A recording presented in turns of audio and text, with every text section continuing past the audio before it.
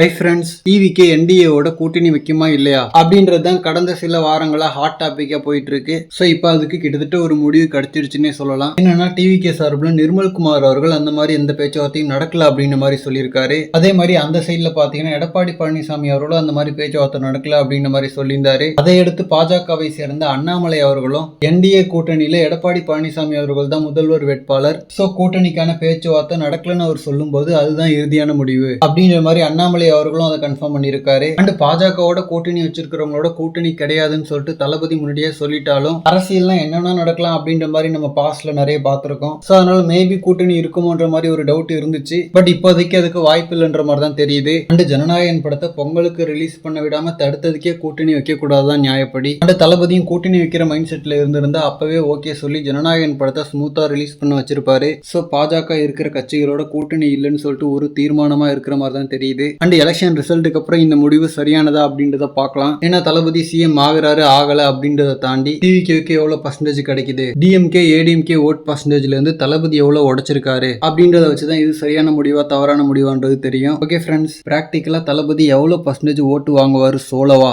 அப்படின்னு சொல்லிட்டு உங்களோட கெஸ்ஸிங்க கமெண்ட்ல சொல்லுங்க. தேங்க்யூ.